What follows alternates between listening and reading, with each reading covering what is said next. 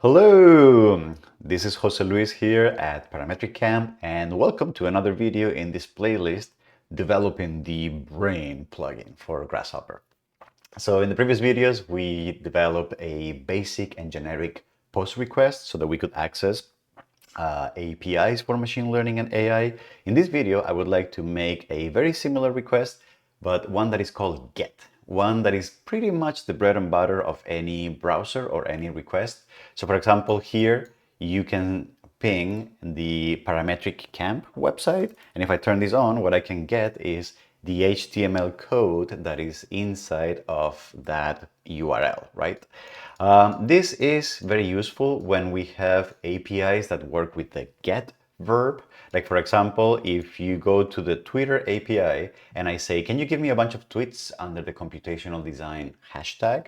So I can turn this on, and what you can see is that I get this blob of a lot of stuff, which if I deserialize it, then I get basically a list of the tweets that are talking somehow about computational design in their hashtag. Okay, so I can see interactive art, AI generated stuff, filaments that are abrasive. I don't even know what that means. But I think it's a very useful tool to have, especially because some APIs require post requests, some APIs require get requests. So I think for the sake of completeness, it's very nice to have the two options, post and get. All right. The code is going to be extremely similar to what we did for the previous post request. It's actually going to be simpler than that. You're going to see. All right. Let's get hands-on. Before we get into any coding, I want to take a minute to actually go through what a GET request is. And if you have been watching our previous videos, you may have heard me say a lot that the way we're going to interact with APIs is going to be mostly using HTTP post requests. And you have seen the example of OpenAI, where in order to get, for example, a text completion, the documentation tells you that you have to go to this endpoint or this URL, you have to do a post request, you have to authorize yourself with a special header and your authorization token, and then you have to send this thing called the body, which is basically, in this case, it's a JSON formatted set of data that is representing what you want from the model. Okay, so this is like a very generic way of explaining this. However, HTTP post requests are basically the most popular form of an HTTP request, which at the very core stands for any form of two machines talking to each other, a client and a server, using the HTTP protocol. And POST is one of the ways that that can happen. It's called one of the verbs that this communication can happen, and it's the one that is specifically designed when the client wants to send some information to the server, and therefore the response from the server will be dependent on whichever information you are sending. So it's basically a way of knocking at the server's door, but giving it some information before the server opens the door into whichever way you're going to go. But if you are curious about all of this, HTTP requests, there are many different methods. And actually, POST is not the most popular one. The most popular one is what's called a GET request, which is the one that is at the very basic of any web browsing that you have done in your life, which is basically a request where you go to an endpoint, a URL, and you basically knock on the door and you say, just give me whatever you got. I'm not going to give you any information. I'm not going to ask for anything in particular. Just give me anything you want. And whenever you type anything like google.com in your browser, what's actually happening under the hood is that your browser is doing a GET request to this URL.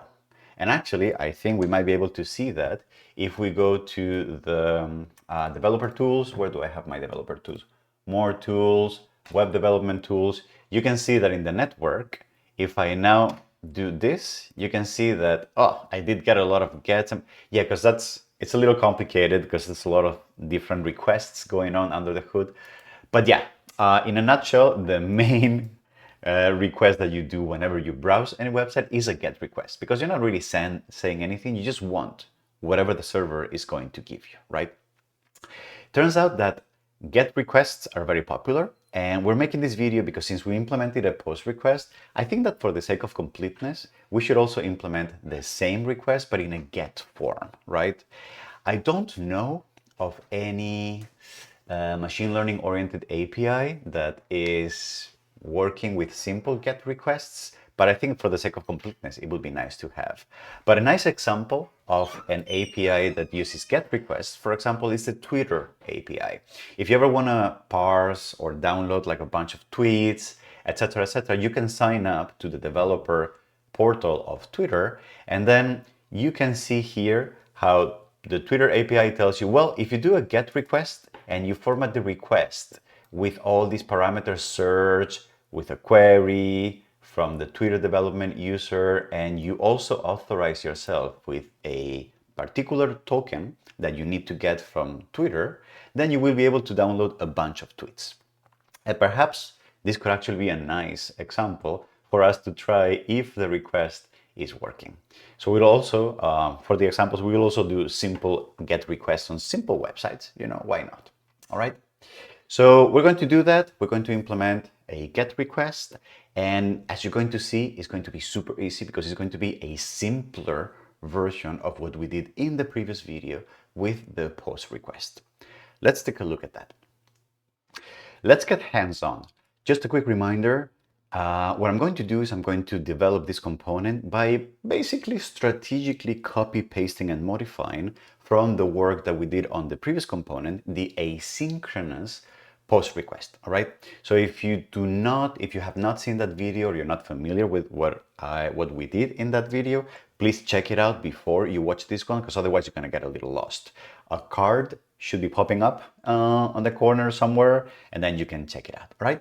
So what I'm going to do is I'm going to create a new item that is going to use the Grasshopper component template. So I'm going to start empty component for Rhino, and I'm going to call this HTTP get request, and I'm going to call it asynchronous. All right, get request, sorry, and we're going to end with the word component just so that we know that we're being consistent with the naming. All right, so I'm going to dock this side by side. I'm going to yes, I'm going to mute this for a second, and then I'm going to start copy pasting strategically. So for example, I'm going to copy the private variables that are part of this class, the ones that we were using to store across different threads the response and the state of the response at any given point.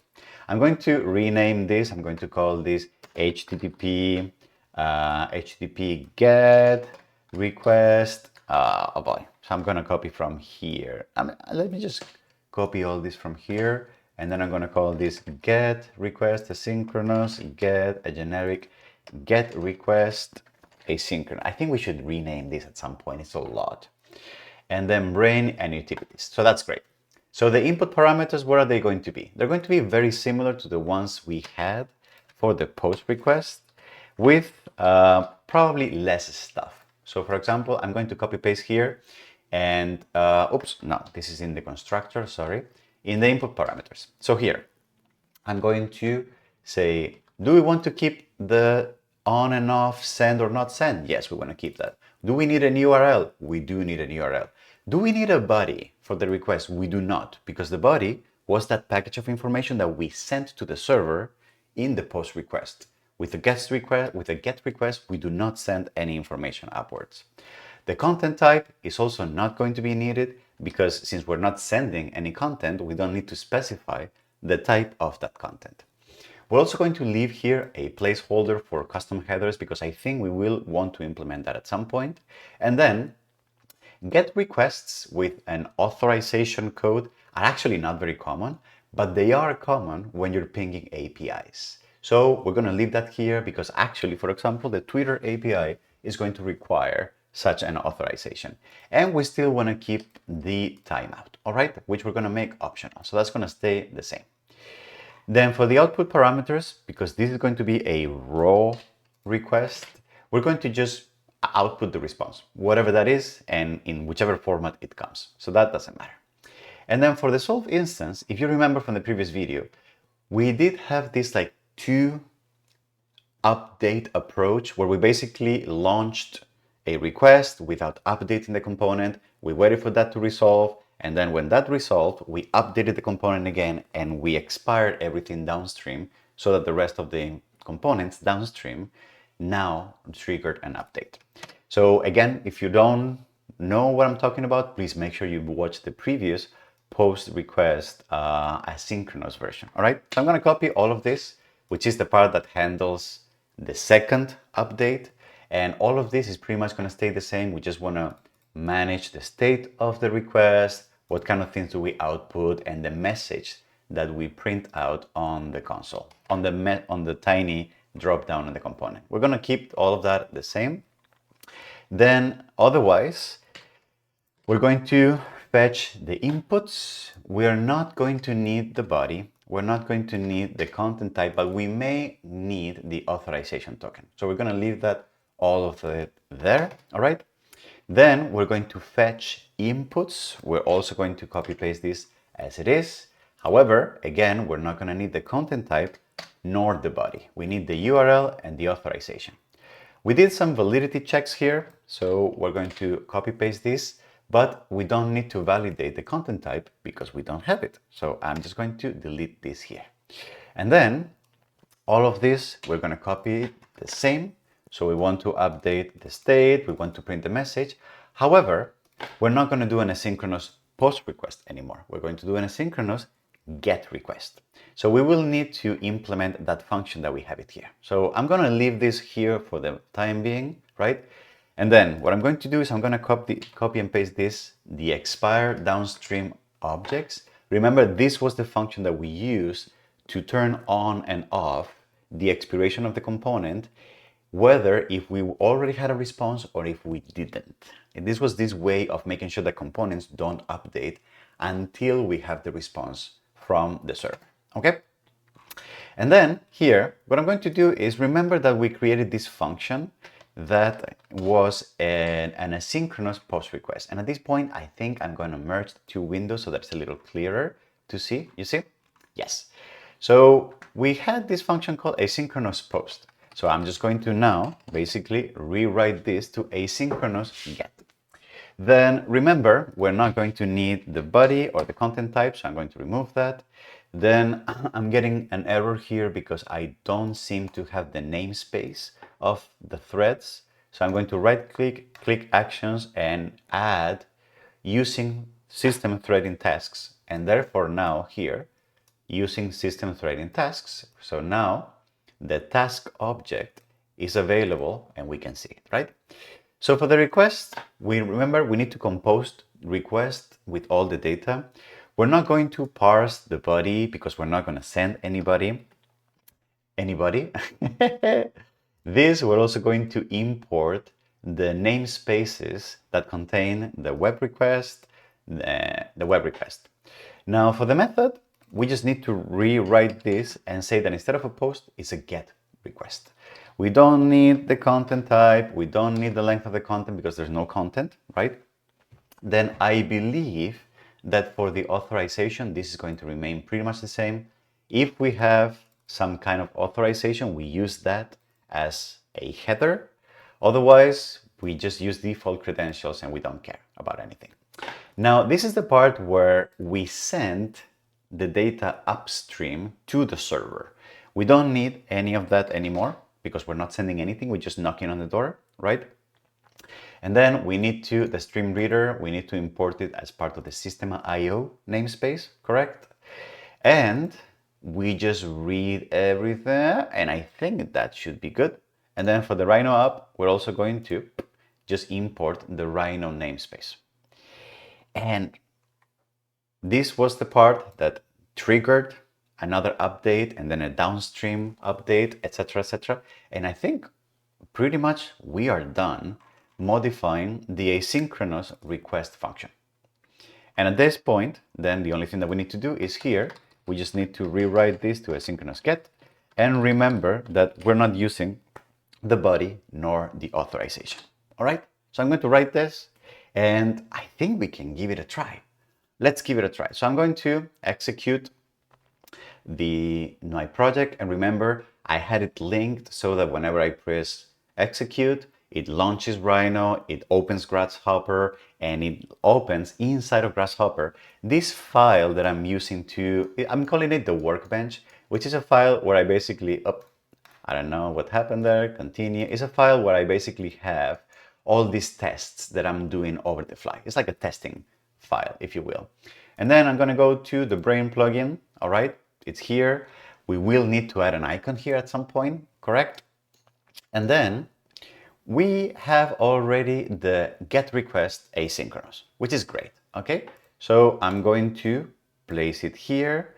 I'm going to copy, and I'm going to copy here, false, and then we're going to start simple. Remember, because the get request can get anything that is in any URL, I'm going to start simple by just saying, can you fetch whatever you can find at www.parametric.camp, which is the website that we're not basically using.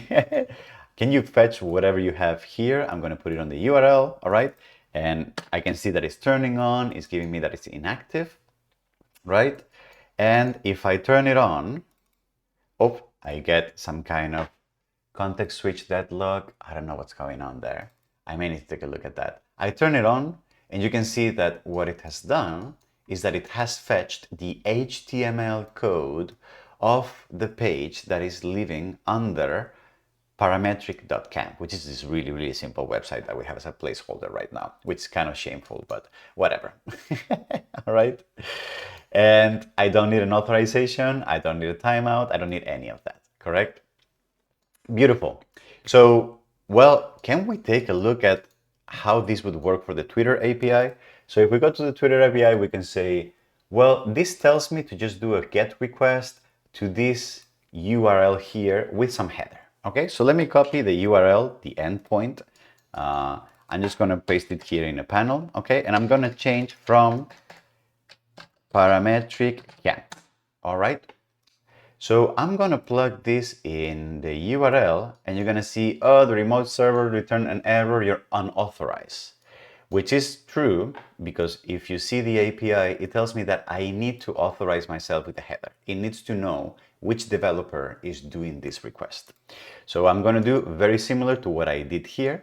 I'm going to copy the part where I get some kind of environment variable from the system. And I think the next video we're going to do in this playlist is a component that takes any environment variable from your system. So I'm going to go and double click here and say, instead of OpenAI key, I already have in my system what's called what I named a Twitter API key. This is a name that I gave it myself.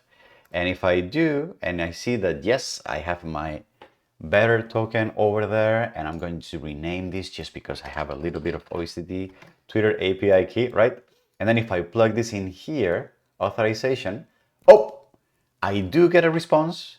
It's just that I didn't get anything, which is kind of, so I can do, because I haven't posted in a while actually. So let me see if I can change the query and say that instead of from parametric camp, can I do a query where I'm going to search for a hashtag, and the hashtag code in HTML is %23, and can I search for the hashtag computational design? Okay, and let's see what I get. And if I do that and I plug it into the URL, boom, I get all these tweets from this user, touch designer, creative coding, interactive art, AI generated concept, Ulysses, etc. So it looks like it's working. Okay, beautiful. So I think this works. So we were able to implement a simple GET request that we can use to just get websites, to just get information from services that are online, and to ping, for example, the Twitter API with this kind of a very simple GET request way. Okay. Beautiful. So I think with that, we're pretty good for this video. So we have the basic ingredients, post requests and get requests for the plugin. We will need to add some icons, etc., etc. So I guess in the next video, we're probably going to write a fetch environment variable. That sounds about right. Yes. And so hopefully see you on the next video in this playlist. And in the meantime, if you like what you saw, maybe like this video, subscribe to the channel, say hi, all those things that we like these days. Thank you very much and see you in the next video. Bye bye.